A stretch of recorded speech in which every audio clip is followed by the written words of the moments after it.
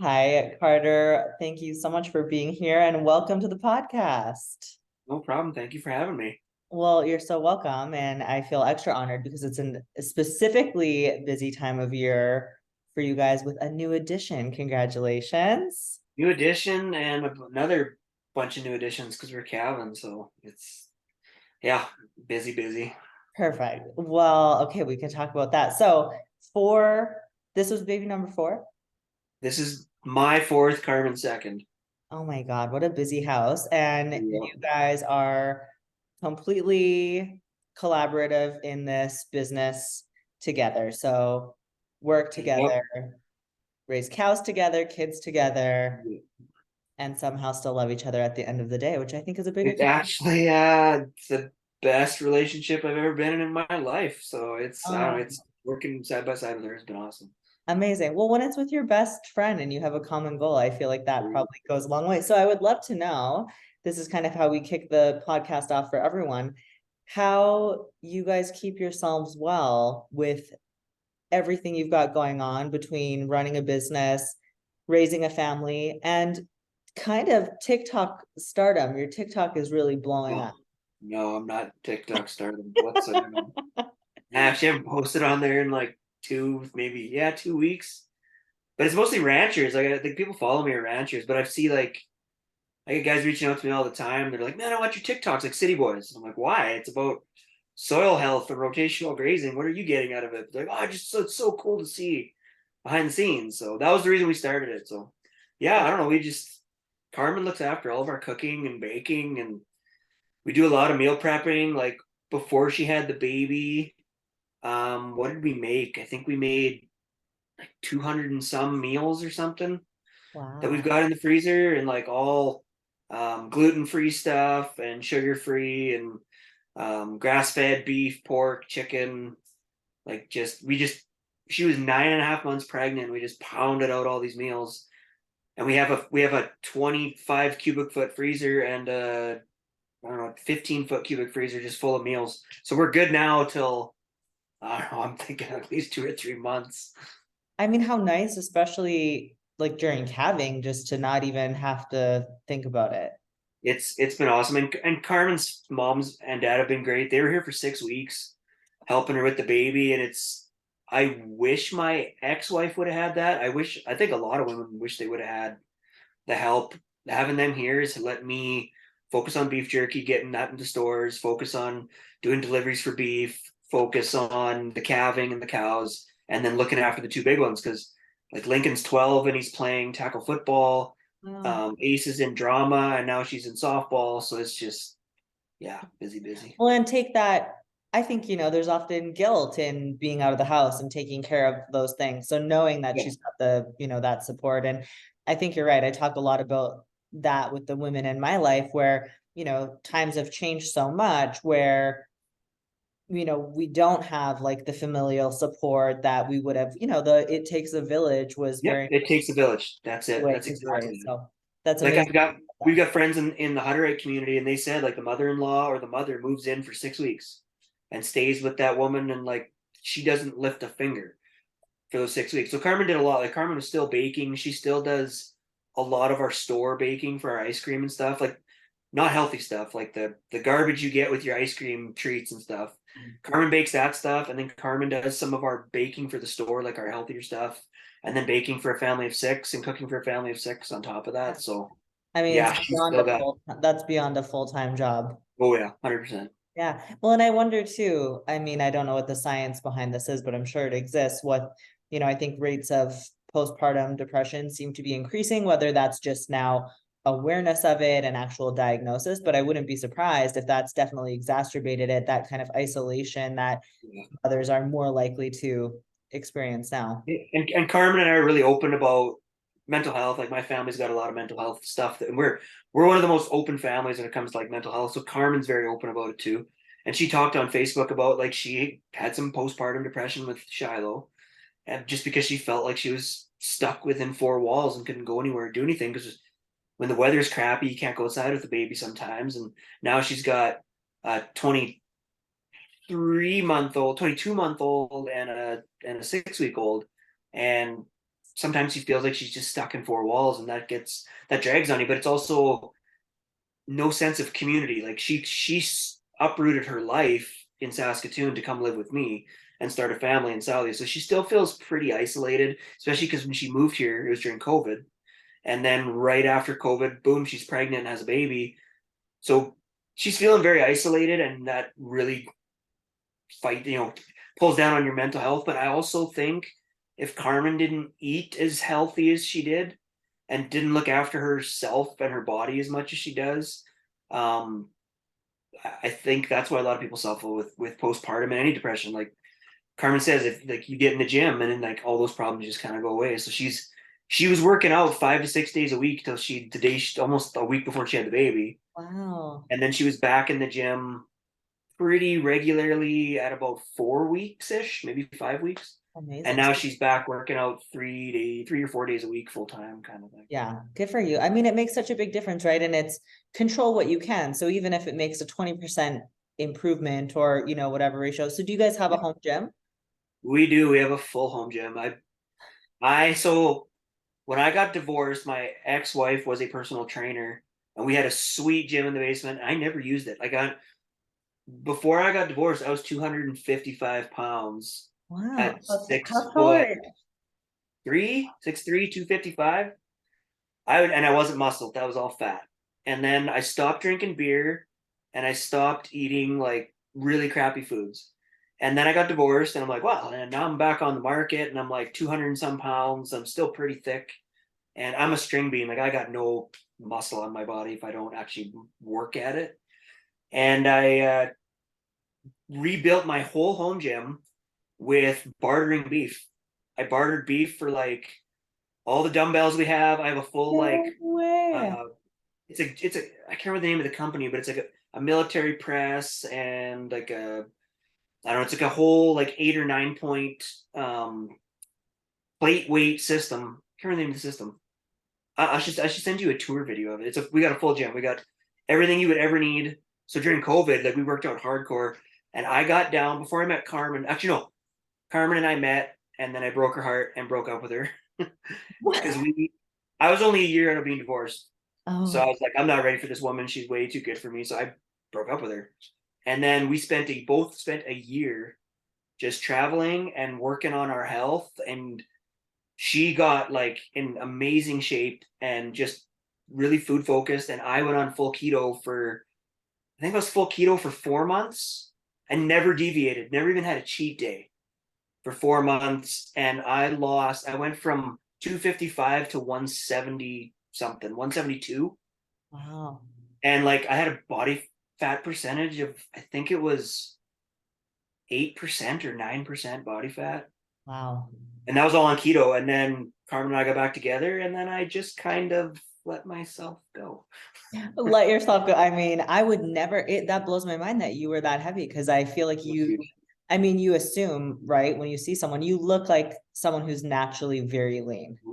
I We call it the fat Carter phase. There's no pictures. There's 3 pictures of me at that weight. Oh, My sister's wedding. There's one picture. There's a picture of me like playing with somebody's dogs. I was huge, like just huge and unhealthy, like drinking lots, mentally probably not healthy. Just unhappy marriage and like yeah. everything. They just kind of Well, I feed feel your. like that's a thing when your mental health is not positive, it's hard to take care of yourself, but then it's, chicken and the egg. Like you're not taking care of yourself, so your mental health is worse, and you're not, mental health is bad, so Yeah, and it's just like an endless. So yeah. good for you guys. And I think that's such a motivational story as a single lady. Like you guys waited until you were both fully optimized as individuals to like come back together. Well, we didn't. I was ready to be alone the rest of my life. I just decided just wanted to be a single dad with 2 kids and just travel to the world. And one day I was sitting at the kitchen table at my parents. I farm and ranch with my parents. So I was at my mom and dad's place, and I was just kind of talking to my mom around the island. And in the kitchen, she's like, one day your kids are gonna leave and you're gonna be alone for the rest of your life. I was like, wow, that sucks to hear. Thanks, mom. It's a And brutally she's like, honest. yeah, I said, like, I'm happy being alone. She's like, Carter, you're happy being alone now, but like, whatever happened to that girl that you just were just all in on? And then I'm like, yeah, I kind of screwed that up. Like, I broke her heart. Now we don't talk. And mom's like, well, why don't you just go get her? And I Oh, was like, whoa, I never thought of it that. So I drove to Saskatoon oh my gosh. and literally knocked on her door. I Oh, was like, I'm here. Like, I'm all in. Like, let's do this. Yeah. and So she and took she me. was receptive, She's obviously. receptive after 13 months of not seeing each other. So Wow. So how did you meet originally? Cupid.com or Match.com, the internet. How long ago was this? Oh man. I met her in July of 2018. Wow. Oh, And I'm then so, we dated for like 3 or 4 months, and then I was messed up. I'd only been divorced for a year, and I yeah. had a friend tell me 24 months. If you've gone through a divorce, 24 months. Like, don't even date, don't even look at a person, work on yourself, work on being a better you before you try being with somebody else. I was like, oh, that's a bunch of BS.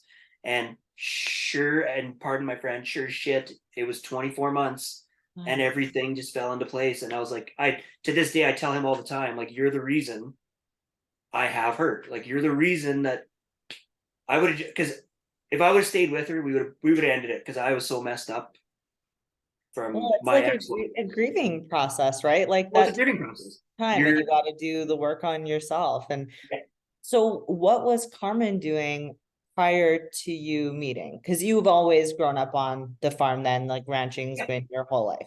So, what Carmen, were you doing? she was in high level management for a long time. And then her friend had a modeling agency, and she was the director. I think it was called, her position was director. She traveled across Canada just dealing with all these models and getting them set up at shows and stuff. And one day, I can't remember, she knows the story better than I do. I listen, but it's like right there. Can't pick it out. But um, one of her friends was just like packed up and quit their high end job just to be a photographer. And she's like, well, why? Why would you do that? You're making such good money. Well, I just love my life. Like, I can do what I want, go where I want. And so she told her friend Dan that she was walking, like, she's done. She's going to move to Saskatoon. She doesn't know what she's going to do, but she just needs to not live out of a suitcase anymore. And she started a nail and eyelash business in her house. And within 3 or 4 months, was making like a 6 figure income doing nails and eyelashes. Wow.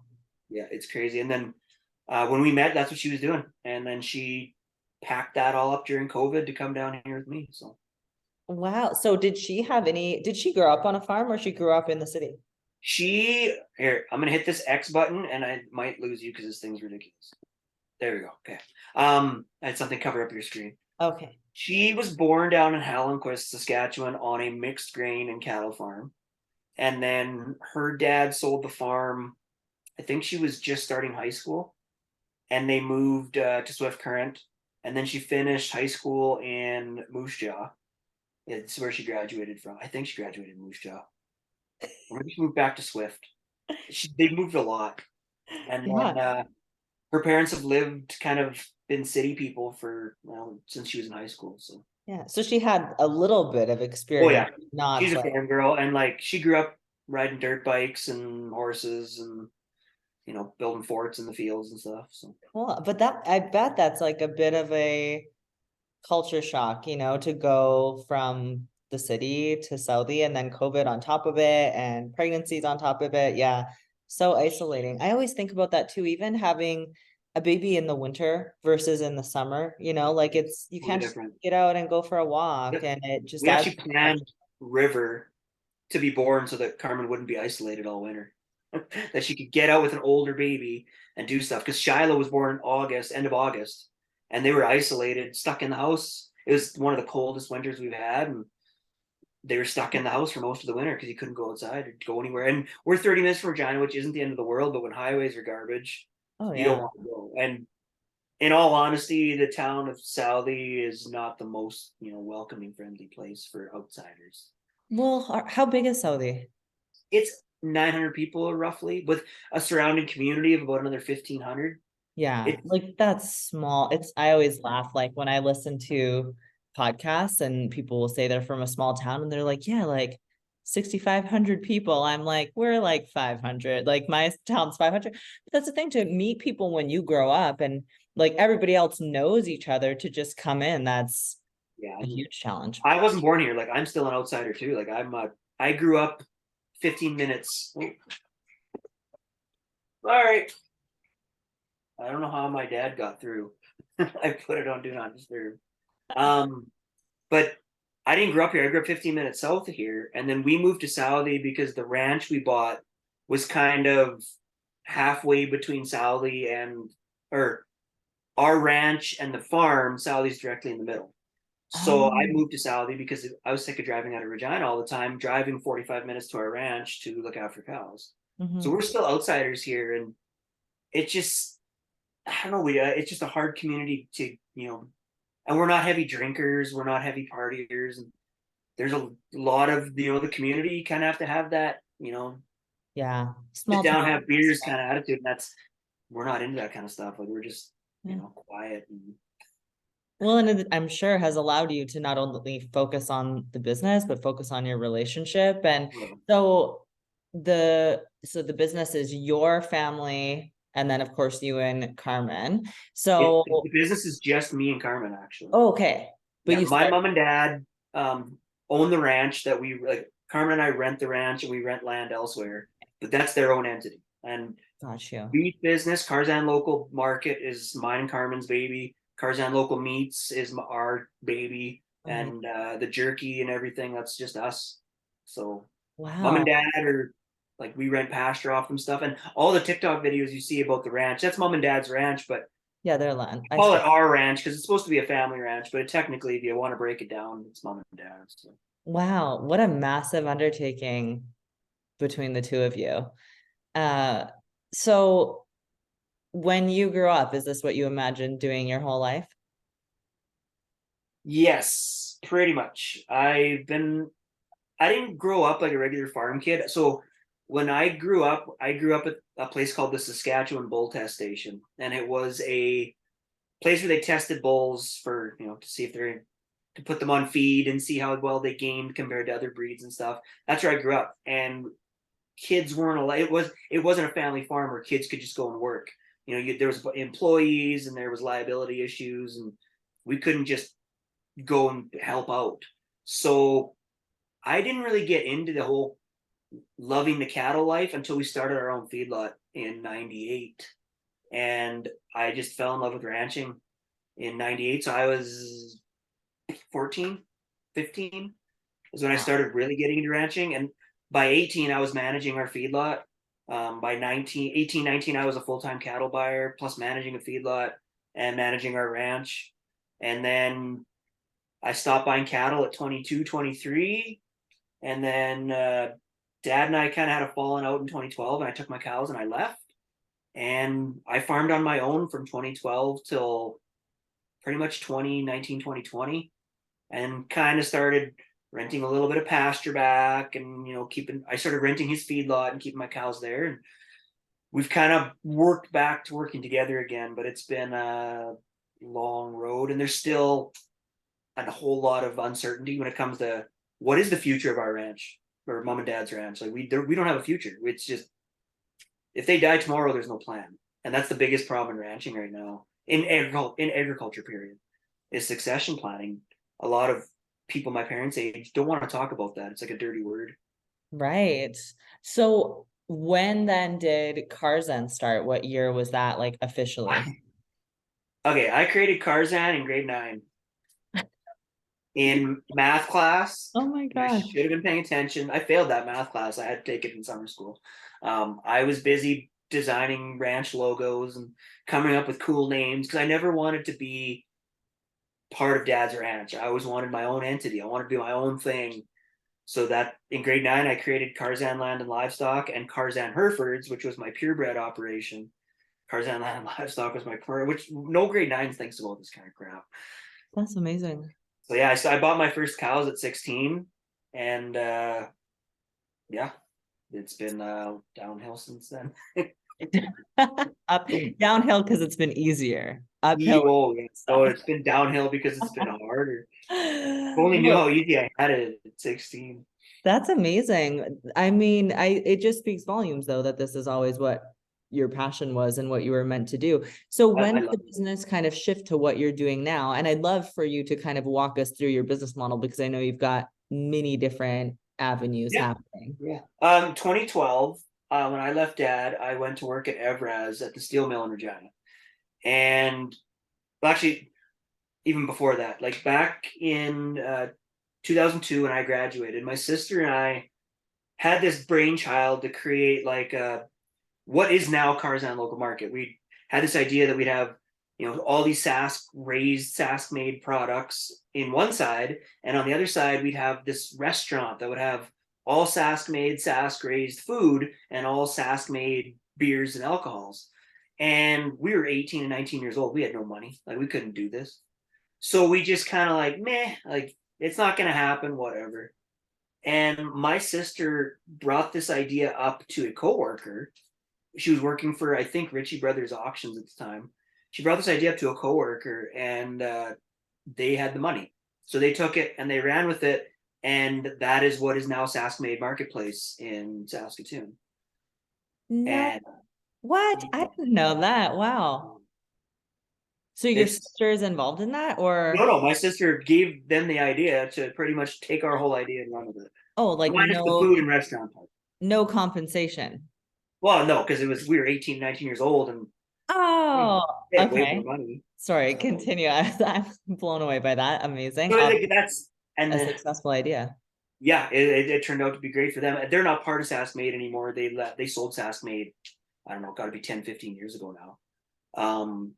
But yeah, so in 2012 I was working at the steel mill, and I always said like ranching was my Evraz paid the bills and ranching paid the soul.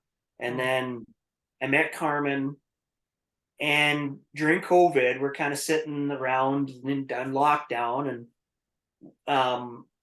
I had been selling beef into Regina since I took over my mom's beef business in like, what would that have been, 2005 or 2006. My mom just got sick and tired of dealing with it and stuff. So I took it over, um, started selling beef into Regina and stuff. And then during COVID, I was kind of gearing away from direct beef sales. I just got sick of dealing with customers, honestly. Um, you can't make everybody happy, is what I found out. Mhm. And Carmen has always shopped at like, um, oh, what's that place?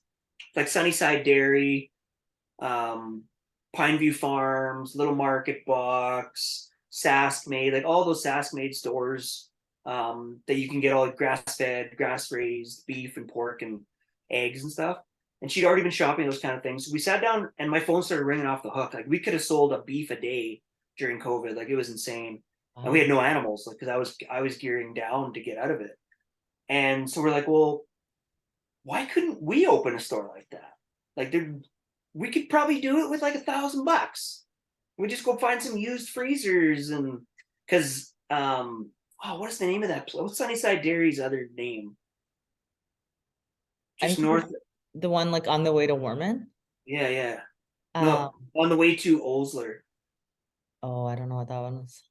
It's like a little dairy farm, but they sell all their own pork and beef, and like they have their own dairy where you can fill your own milk. Okay, I feel like we're talking about the same place, but I can't remember. Oh, it's right there. It's right there. I'm gonna Google it. I can't even remember what the heck the name is. So, anyways, we could do it because they have white chest freezers and nothing fancy, just white chest freezers in a little tiny shack. So we found a building on Main Street in Saudi and bought up a whole bunch of white chest freezers. And then we're like, I was sitting in the lunchroom at Evraz because I was still working at Evraz, and I went back after like we were on lockdown and then the mill shut down. Then I went back to work and I started talking to my buddies at lunch and stuff about, oh man, we're gonna create this place called Carzan Local Market, and we're gonna have all this beef and stuff, and all of these steelworker city boys were like, well, how are you gonna display it? I'm like, well, in white chest freezers. Well, how am I gonna see the product? Well, it's wrapped in brown paper. How are you going to see? Well, why would you put it in brown paper? Why didn't you put it in cryovac? So we started shifting our business idea. Okay, maybe we need big glass door freezers, and maybe we need this. And it turned into a lot bigger of a project than we initially planned. And the building we were looking at, Carmen, we were going to rent the whole building. Carmen was going to do nails and eyelashes and have like a yoga space that she could rent out and like do women's events where like women would come and like taste Sask made food and do and shop. Like Prairie Girl Couture is one of her best friends, and she was going to bring her stuff and like show off her wares and have ladies' nights with wine and cheese. And I was going to have the beef store in the back. And a friend of mine was like, make sure you get the building looked at because I don't think it can support the weight of your freezers. So I got a building inspector in and they looked and they're like, yeah, this building will collapse under the weight of a freezer. So we couldn't do that building and everything was starting to, the wheels were starting to fall off. And we're like, okay, this isn't going to work. We financially can't afford to build anything. And then a friend of mine messaged me and said, hey, I got this old house on Highway 6 right in Southie. She used to have a little store in there, but she turned it back into a house. Would you want to rent it? It's coming up for rent. And we were like, wow, like what are the odds? We go from being on Main Street to now we're on number 6 highway where all the traffic's coming through. It's fate is what it is. And Carmen's really big on the energy you put out into the world is the energy you get back. So she's always trying to put out like positive vibes, positive energy, and like see a goal in your mind's eye and aim for it, and it'll happen. And so it just happened that she's like, I just kept telling myself like we're gonna find a better location, better location, better location, and we did. So we Nice. opened Carzan Local Market. We were delayed by about 6 months because we moved into the building in August, and we'd already been delayed 3 months by that time. And we plugged in our big freezer that we bought used out of Banff, and the compressor exploded inside. So we No. had to wait 2 or 3 months for a compressor. Finally got that in, and we opened November of 2020, and we hit the ground running. We did deliveries every Friday to Regina, deliveries twice a week because Carmen was still living in Saskatoon. So every 2 weeks, she would come down when I didn't have my kids, so we could spend quality time together. And then I wanted time with my kids when I had them every other week. So she would take deliveries back to Saskatoon and hammer out deliveries and stuff every 2 weeks. And then summer of 21 came around. We're like, man, like this is a great location for an ice cream shop. So let's renovate the store and open an ice cream shop. So we renovated the store and we opened our little market and ice cream store. And ice cream's been okay. It's all like locally made artisanal ice cream. Um, we used to have all Sask made ice cream, but we've kind of moved to a company called Shaben Ice Cream out of Winnipeg, which is like they're at the Forks in Winnipeg, and it's just like the best ice cream you've ever had in your life. And then we've got Cat's Creamery out of Watson. We carry ice cream, and then we've got Foothills Creamery out of Airdrie, which a lot of companies carry. But we got like the best of the best, and then we started making our own creations with our own baking and our own ideas. Like you can get, we call it basically Cinnabon. It's like a cinnamon bun with like salty Carl, which is salted caramel ice cream all over it. It's totally not healthy and totally not what any of your listeners would probably. Well, we practice moderation, but I want to convince you to get a keto one going so I can come visit. We tried. So Foothills carries a keto ice cream. Oh, I didn't know that. I've had their stuff. Well, it's sugar free.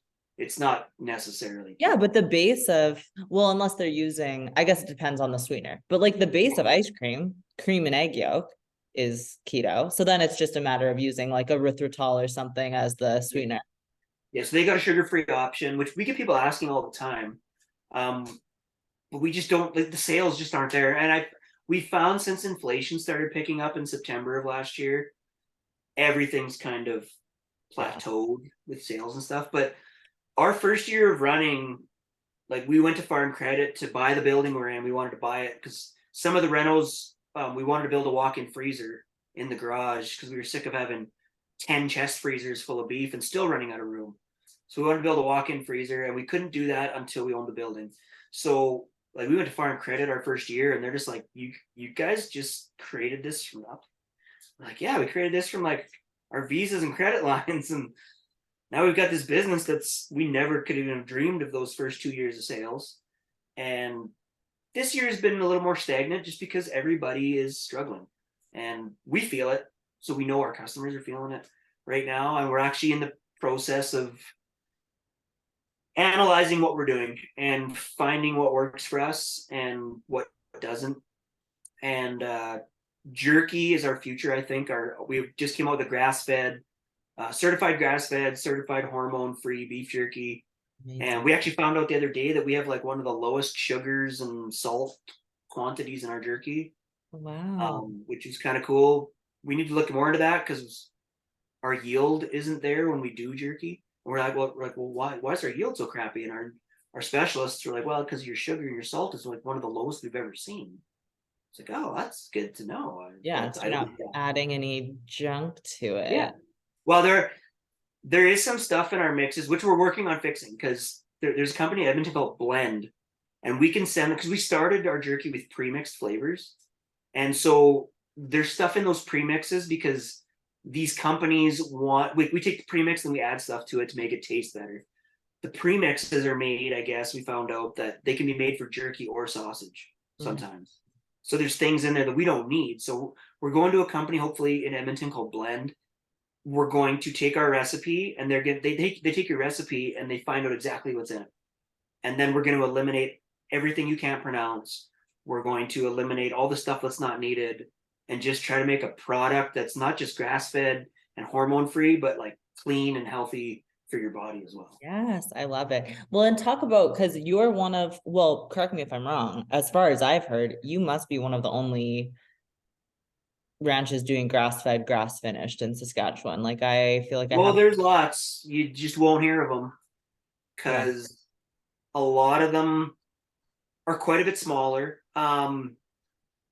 There's a really big popular one that we can't crack the market on. I've got lots of friends who don't buy beef off of us because they've already buying from this other ranch. Oh. He's pretty big in the Regina area. I don't know if they're that big in Saskatoon. Oh, yeah, I I'll never I'll like, I'll always shut like is it Spring Creek Farms? Spring Creek Farms? because Oh, I, Cool Springs Ranch. Cool Springs Ranch. They're great people. oh, Um, awesome products. the I fact that can't. you're willing to say another business's name They're just awesome. They're awesome. volumes. Carmen, and I used to hate this kind of stuff. I used to hate promoting other businesses or talking about other businesses. But Carmen said one time, like when the tide rises, all boats rise. Oh, So like when grass fed, grass finished, and when ranchers and like we identify as regenerative ranchers, but that term's kind of being stolen from us by the big corporations. But when regenerative ranchers can work together, like there's a group of guys on TikTok called the Grass Fed Exchange, and what they're trying to do is um, white oak pastures down in Georgia. He was on Joe Rogan a yes, while back. I follow them actually on He's Instagram. amazing. He's an amazing human being. He does not want to ship. He ships beef to 48 states. He does not want to ship beef to 48 states. He creates enough beef, pork, chicken, duck, geese, all that stuff that he can feed his local community. Mm. And that's what it should be. So with the grass-fed exchange, what they're trying to do is, hey, I'm in Nebraska and I'm looking for grass-fed beef. Instead of ordering from a guy in California and getting Yeah. it shipped out, hey, there's a guy right down the road from you. You should try him. So the ranch, the grass-fed, grass-finished community, we just got to learn to like work together. And when we were looking for a new butcher, so we had issues with our last butcher and we were looking for a new butcher.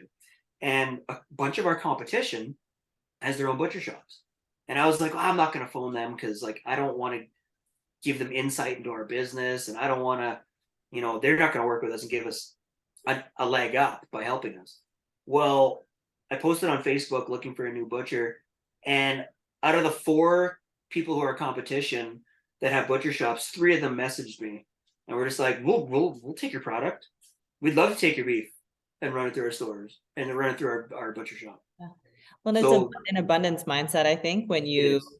aren't, fearful in that way.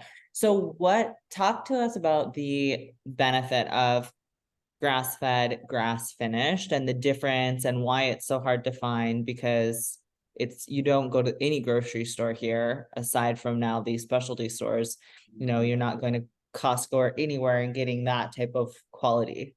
Yeah, so the nutritional facts wise, I'm not the smartest when it comes to that. I feel like I know there's more omega 3s and there's more omega 6s than grain fed beef, but essentially grain fed beef is nutrient deficient. There's no nutrients left in the grain and the barley, like the barley, the corn, and the wheat that goes into grain finished cattle and feedlots. There's no nutritional value left. There's no nutritional value left in the soils that are hit with synthetic fertilizers and all the chemicals. And in all honesty, like a year and a half, 2 years ago, I was pro glyphosate. If somebody brought up glyphosate or synthetic fertilizer, my argument was always, well, how are we going to feed the world? How are we going to feed the world?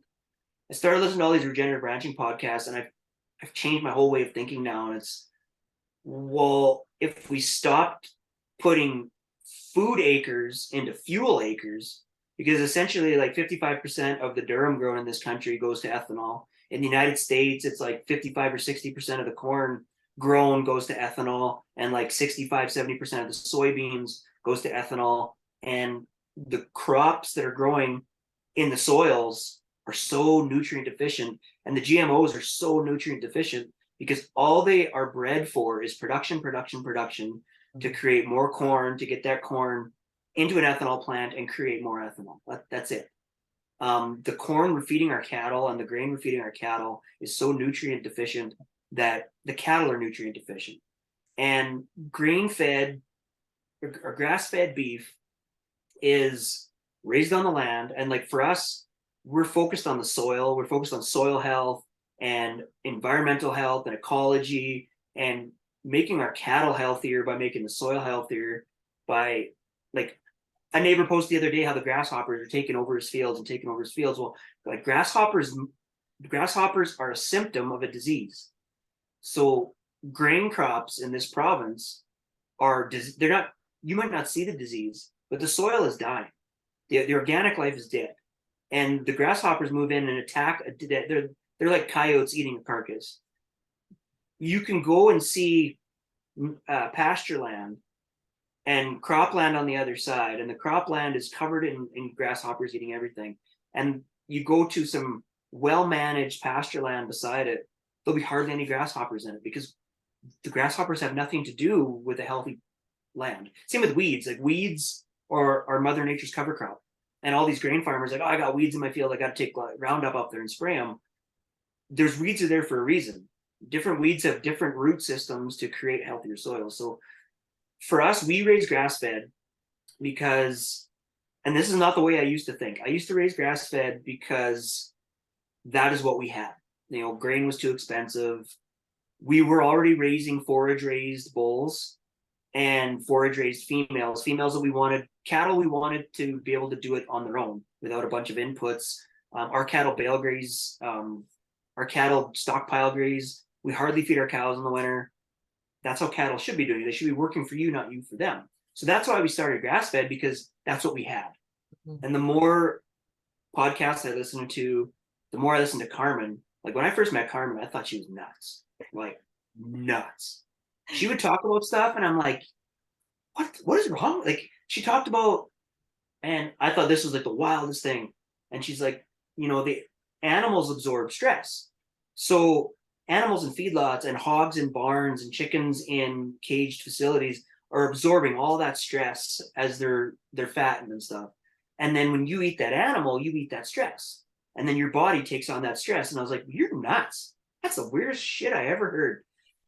As I thought about it more and more, I'm just like, and listen to more podcasts. It took me a lot of podcasts to realize how intelligent. I knew she was intelligent, but to realize like how freaking intelligent she is when it comes to food and health. And like she should have been on here tonight because she's the smart one. I'm just the rancher who does the work, but no.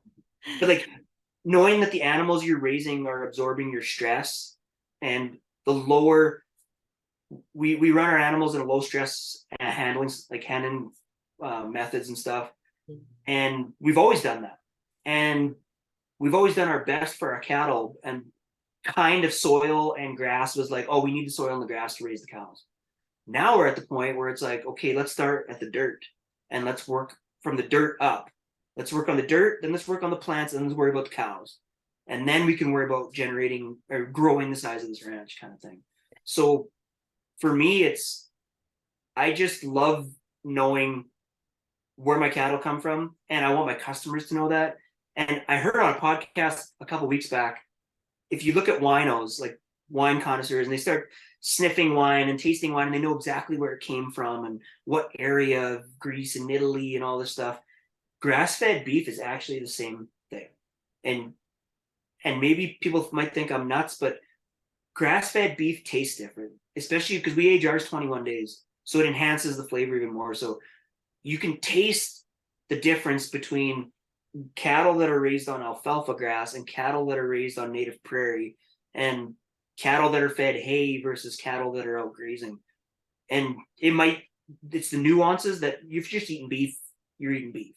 Yeah. Most consumers don't care what they put in their gullet. So that grain-fed beef is easy.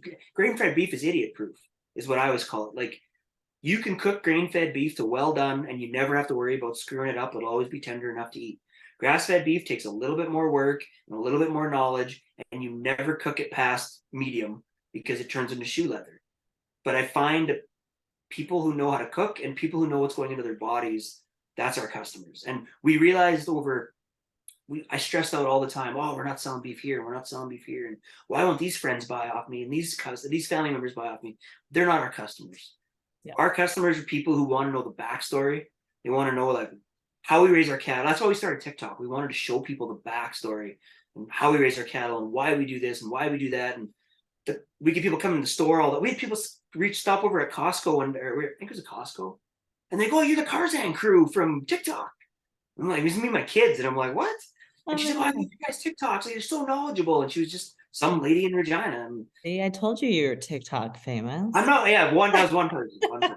But no, I think you're right. And just like Carmen was like before your time to come to all of this, you guys and us having this conversation, like we're, I think, still, early adopters in this whole conversation. And it's slowly getting there where people are understanding quality over quantity and paying a little bit more for a better product. And really, once you taste grass-fed beef in comparison to like Costco, Sobeys, anywhere that you're getting store-bought beef that's obviously grain-fed, it feels like it's a different food source. Like it literally is not comparable in any way, shape, or form. And it's very difficult to go back, and like you said, so talk about the restorative versus regenerative farming. Now, I know you said regenerative farming, that language has kind of been overtaken. So are you using restorative as the same definition, or what does that mean to you? We're still regenerative. I'm just starting to see big companies like Cargill and JBS are starting to advertise regenerative beef. They're putting out more feelers for grass-fed beef. Like there's a big food chain in Canada that, like, I sell beef to them. I got no problem taking the highest bidder when we don't have enough. When we got too much animals in the store, we've got to sell cattle to the market. And there's one big food chain that advertises grass-fed beef. Well, they couldn't find enough in Canada, so they outsourced it. And all of a sudden they went from, okay, the grass, it has to be raised on grass its whole life, to, okay, it has to be on grass for 6 months before it's slaughtered. And then it has to be on grass for 3 months. And then it has to be now it has to be on grass for 30 days before slaughter. Like, the regenerative grass-fed thing is being greenwashed by these big corporations. Now you see fertilizer companies selling humus and trying to tell grain farmers that this humus is going to change their soil health by having a small amount of humus. Like, when you look at the humus that we put down on pasture, it's an inch thick and it's like a carpet on our pasture. And they think that if you put down a couple pellets with a seed, that's going to change your life. I'm just sticking with the regenerative thing until it gets so greenwashed where we used to be called sustainable ranchers. We were sustainable. And that got stolen from us. And about 2015, 2016, regenerative came around. And then that's being stolen from us. And we'll find a different term and we'll do our thing. And So Like what does it mean to you, restorative farming? Is it crop rotation so for? we don't farm at all. We actually have 320 acres out of 4,500 left in like stubble land, like cropland. That will be seeded to grass this year, next year, and then you will never see land broken on our ranch again, ever. Wow. We are done baling hay. We found out through a lot of podcasts and talking to friends of ours and stuff that when you harvest hay on your own ranch, you're essentially taking the nutrients and moving them to somewhere else on your ranch for the cows to eat them. So why not take somebody else's nutrients from their ranch and bring it to your ranch and leave your nutrients where they were? Let the grass grow up more, put down more cover and organic matter. Um, for regenerative for us is that this is why I have a problem with the word sustainable. Sustainable means to sustain, to keep things the same, to never change anything. So my argument with Verified Beef Production Plus, we're Verified Beef Production Plus certified. Their big word is sustainable. Um, I don't like it because why are we just staying the same? Why aren't we getting better? So Right. with Progressive regenerative, almost. what's that? You want to be progressive. We want to be progressive. We want to leave our land and our soil and our pasture and our cow herd better for the next generation. And we're not talking like I don't want to make my ranch better for my kids. I want to make my ranch better for my great grandkids. I want them to be like, okay, well, now chemical and fertilizer is so damn expensive that you have to finance your farm to seed a crop. I don't have to worry about that stuff. So we don't.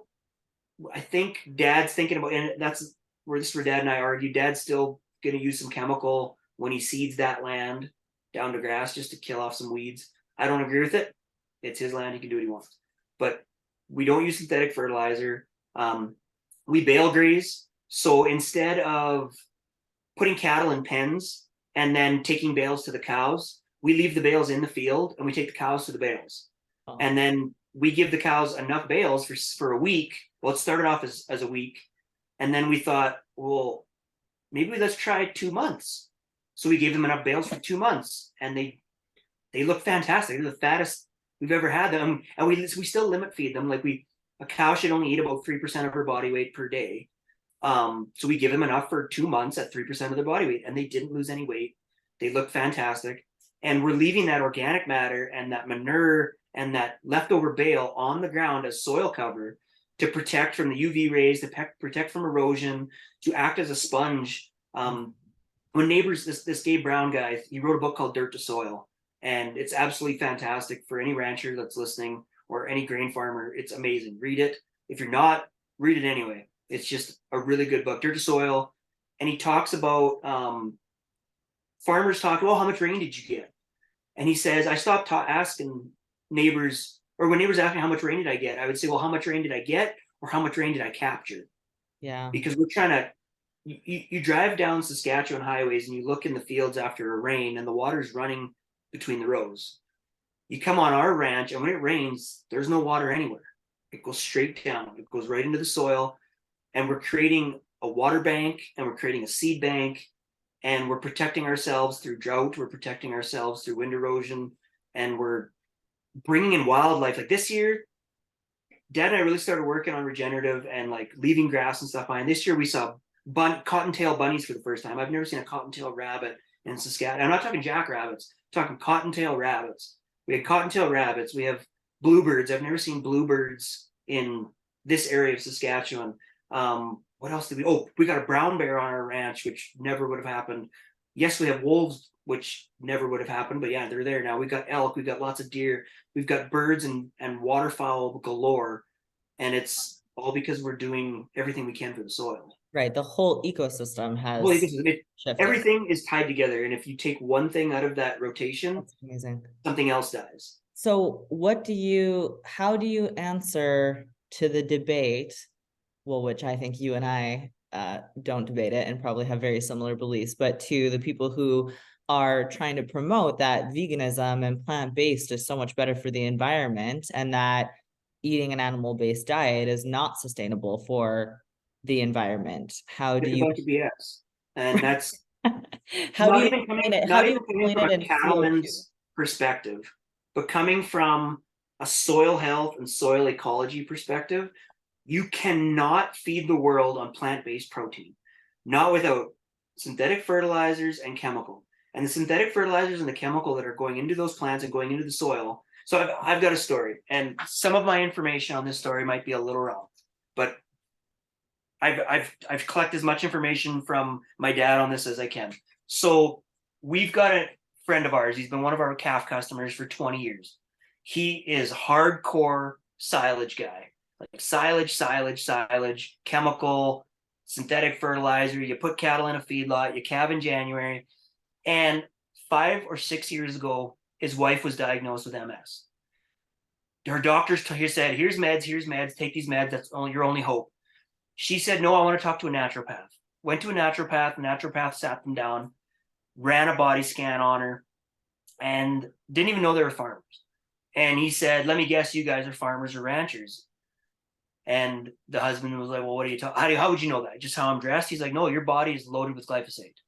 Your whole body is riddled with glyphosate. And he got very defensive and was like, F you and blah, blah, blah. And he's like, all right, let's try this. Let's test your soil. Let's test your silage. Let's test your grain. Let's test your cow's blood, for God's sakes. And they sent those tests off. They came back. Those animals, that silage, that grain, that soil was loaded with glyphosate. Instantly, he started pulling back on chemical and fertilizer, moved to open pollinated corn, started working with Gabe Brown, who wrote that book, Dirt to Soil, started putting in cover crops, moved cows calving from January to May, started breeding his cows smaller, started working on regenerative ag, started the carnivore diet. I think his whole family ended up doing the carnivore diet. And I think his kids, either all of his kids or some of his kids, had autoimmune diseases. They went on the carnivore diet. Her MS symptoms are gone. The autoimmune systems are gone. So that just tells you all the crap that's going into those plant-based foods and plant-based diet is just going to kill us in the end. But I don't think these companies care. Like they don't care about the human beings that are eating these shit products. All they care about is their bottom line. Well, no, and there's the connect. Like it's hard to talk about these things because, like you said, like people are going to think you're crazy. It almost sounds like a conspiracy to say, well, because egg is linked to big pharma, and so they don't necessarily want people to be healthy and not dependent on the medication. Like it all is linked together. Yeah. So what about, and also with that MS conversation, I am not surprised at all. I've done tons of research on that. What about the response to cattle being responsible or part of the climate change problem? Yes. Cattle. So now my cousin sent me a thing the other day. I can feed my cattle seaweed to help control their methane. It's a bunch of crap. We, as ranchers, if you're ranching right, and this is my argument with conventional farming. Conventional farmers are like, oh, we do no-till farming. We don't do summer fallow anymore. So we're actually sequestering carbon. Well, I'm sorry, grain guys. The minute you harvest that crop, that releases CO2 into the atmosphere. The minute you put a drill into the ground and you break that ground, it releases all the CO2 you did capture into the air. The only thing that sequesters carbon and never releases it back into the air is native prairie and grasslands, putting land back into perennial forage. That is the only thing. So cattle actually, Canadian grasslands sequester more carbon than any forest. So forests sequester lots of carbon, but the minute that tree dies, that carbon is released back into the atmosphere. So the minute a tree is harvested for logging, that is released back into the atmosphere. So you can't tell me that forests and stuff are going to be the answer. It's the grasslands that are sequestering that carbon and holding it in the soil. And as long as that soil is never broken, it just keeps sequestering carbon and sequestering carbon and sequestering carbon. And to anybody who's like, oh, that project down at Estevan where they've got they're sequestering all that carbon from Shand or Boundary Dam or whatever it is, figure out the cost for the carbon. You can seed land down to grass for $50 to $100 per acre, and that land is in grass for the rest of its life. Or you can put billions and billions of dollars into these carbon sequestration projects that take energy to run, more energy to run. And it's funny because like the carbon sequestration projects are like a 1-to-1 deal. Like they sequester as 1 ton of carbon for every ton of carbon they let off. It's same as grain farming. It's all a wash then. Yeah. For every liter of ethanol created, it takes 1 liter of diesel fuel to make that liter of ethanol. So ethanol and green energy is not the future for that as well. But like, you cannot feed the world on plant-based protein, and you cannot save the planet. You need cattle, and you need any kind of livestock to graze grasslands. We need to seed more land down to grass. Or Gabe Brown talks about it all the time. Because he's a farmer, doesn't use synthetic fertilizer, chemical, but he farms land. But he uses cover crops in rotation with his crops, and he never had. You always have a live root in the soil. That's what sequesters the carbon, is a live root in the soil. And that's the rotation that's been lost. Well, and like I did a paper, so I'm working in my master's in public health, and I did a paper for an environmental health class. And I looked at it from the perspective of like, if we're just being selfish humans, okay, like let's look at what's just best for us nutritionally, not worry about the planet, right? And then if we're just looking at what's best for the planet, what's best for the planet. And it's all dependent. Like the long story short of it is it depends on how the cattle's being raised, it depends how the crops are being farmed. But just to look at it from like a 1-to-1 amino acid ratio, this is something that I'm like, people totally overlook, that you need to eat like 10 times as much plant-based protein, multiple different proteins, to get a complete amino acid profile versus eating beef. And nose-to-tail beef has literally every nutrient we need, every single nutrient we need. Playing with trying to navigate plant-based, and I never, like I never want to upset anyone, I never want to deter, but most vegans have like a 5-year timeline, because eventually they become deficient in something, because it's so difficult to try to keep up with it. And in the carnivore community, it's shocking the amount of people who were vegan and then are now carnivore, because their autoimmune issues get so bad that they have to take such a drastic adjustment, and eating 2 meals a day of beef, and then looking at what it takes to process, right? We're not just looking at like what it takes to grow the crop. First of all, how many animals die? I don't think people, a lot of vegans, obviously, like I would love to not hurt any animals either, but one cattle feeds a family for a year, like versus how many animals, smaller animals, but how many like hundreds of animals die to crop soy or whatever you're like, it's just too easy to look at it in individual blocks, but there's just so many variables. So I think these conversations pique that interest, just like Carmen piqued your interest, just like the podcast, like slowly you start learning. And I think if nothing else, I really want to have this conversation with you where it starts piquing people's interest, where, I think it seems like, oh yeah, like that makes sense. If you don't look into the data, like, okay, yeah, eating plants should be good for us. But I mean, the science really doesn't support that it's better for us as humans or the planet. Like, we're not sustained. And I mean, for our entire existence as humans, we've lived off of animal products for a reason. The big thing, and you start noticing it when you start opening your eyes up and reading different books, listening to different articles. Big pharma and big chemical companies are the ones that are financing all of these fight the cattlemen, fight the cows, because we don't need chemical and fertilizer. So like, we can run a ranch without any inputs. They don't like that.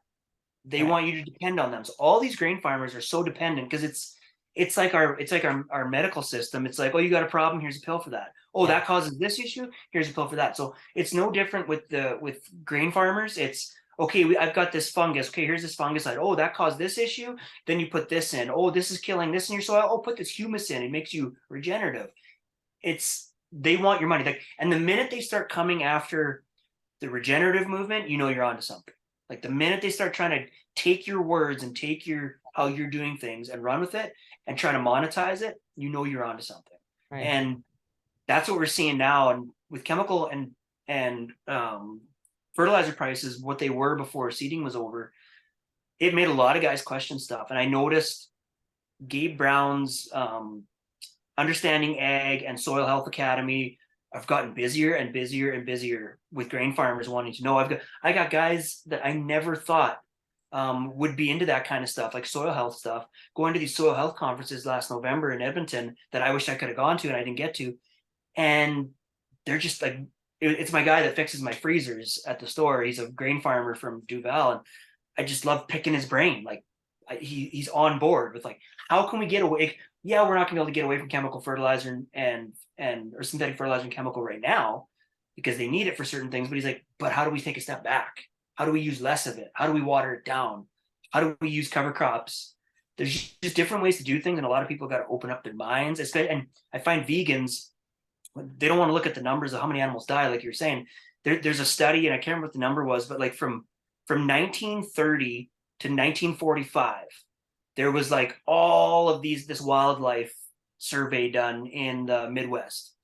And when they introduced synthetic fertilizer and chemical, which was all created by the Nazis to fight in the war, so they used ammonia and stuff when they after the war. Like, what do we do with all this stuff? Well, let's make it into fertilizer. Oh, we've got all these chemicals that the Nazis created to kill each other. What can we use for it? Oh, it works good on weeds. So after 1945, when they started pushing this stuff on farmers, from 1945 to 1965, they lost 50% of the wildlife and the bugs in the Midwest when they did another survey. From 1965 to 1985, they lost another half of that. And from 1985 to 2015, they lost another half of that, to the point that you can get on all fours and go across crops in this province and you will not find a stitch of life. And you talk to grain farmers like, oh, my organic matter is this, and my organic matter means nothing, man. What's the microbial life? What is the fungal life in your soil? What's your water retention like? They have no idea, and they don't care, because it's all about increasing yield, increasing yield, increasing yield. Right. They can find another Band-Aid solution. Yeah. I think that's a great analogy that, people who don't necessarily understand agriculture and aren't involved in it understand that a Band-Aid, another pill to fix that problem, and versus making it sustainable. So I know for me, because I think it can be overwhelming when you're brand new to all of this, especially if you have no agriculture background, which really, like, I didn't, especially from a cattle perspective. But I watched Sacred Cow, the documentary. Have you ever seen that? I've heard of it, and I don't think I've watched it. This was a book as well and a documentary, and that was like a really entry level point. But again, it's important to look at where the information is coming from, because those are reliable sources. I remember, like, one of the biggest blows to eating meat in that industry for like a brief moment was probably that Game Changers documentary, which I don't know if you ever heard about, but oh yeah, it was watched all it. like just demonizing eating meat, and so like dramatized. Like, I Oh, think and I'm a bodybuilder, and I'm eating. Like, how long you been doing it, man? yeah. Like, And in one and you're a bodybuilder, but okay, what other supplements are you putting into your body? Like, you're eating all plants. anabolic steroids, 100%. Like, that's where So you're getting your gains. and then you look at, and so people send me stuff all the time. Like, not that this is a reliable news source, but people don't know. CNN published a thing last year and it was like, red meat gives you cancer. And I'm like, oh God, here we go again. So instantly, I don't even read the article. I go and I look at, okay, first of all, is it related to like a published journal article or any sort of science? Who funded that? And the first funder was a plant-based protein company. I'm like, shocking that they're demonizing meat, right? And so Game Changers, that whole funding was through a plant-based protein company. Yeah. I'm like, well, of course, it's like, that's the agenda. So, it's not enough. We have to be educated consumers. And that's one of the things I love your guys' social media and your website and everything you're putting out, because you're transparent, you're educating the customer, you can see the cows, you see, like, because we really don't understand. And I think we're starting to all recognize that, ignorance is not bliss, in terms of not understanding the foods that we're putting into our body, not understanding what they're coming from. So I appreciate you sharing, and I can't wait to come for a field trip, because at one, I want to come visit the store and also the cows. Okay, I want to get you out of here on time. So I have a few like quick rapid fire questions that I always like to ask before we wrap up. First being, if you have a role model, who is your biggest role model? I honestly don't know. My dad, but there's certain things I want to strangle him for. So I don't know if that'd be a role model or not. But my dad's a wealth of knowledge, and I tell everybody that most of the shit I know is from him. But I'm really starting to lean, like, Gabe Brown has been a game changer for me in the last 8 months, changing my life completely, my views completely. So Yeah, I need to look up his stuff. Well, and I yeah, think it's to awesome. your dad, like you're in farming an egg, like that we're noticing this generational shift, where like we kind of have to stir the pot, and the older generation is for sure, it's just new. So I can understand that there would be some. It's not just the older generation. There's a lot of guys in their 20s that you start talking regenerative agriculture and no chemicals, no fertilizer, and they get their backup. It's the industry. They Oh get yeah. their backup. And but the one podcast they said there's it's proven by science that once a movement becomes 3% of the population, it becomes an unstoppable force. And they figure that grass-fed beef in the United States, I don't know about Canada, but grass-fed beef in the United States is 4% of the market. So Wow. now it's become an unstoppable force. That's cool. The momentum comes. Also, I think it is coming because there was grass-fed butter at Costco last week, and they've had grass. Carmen picked up like 10 things of it.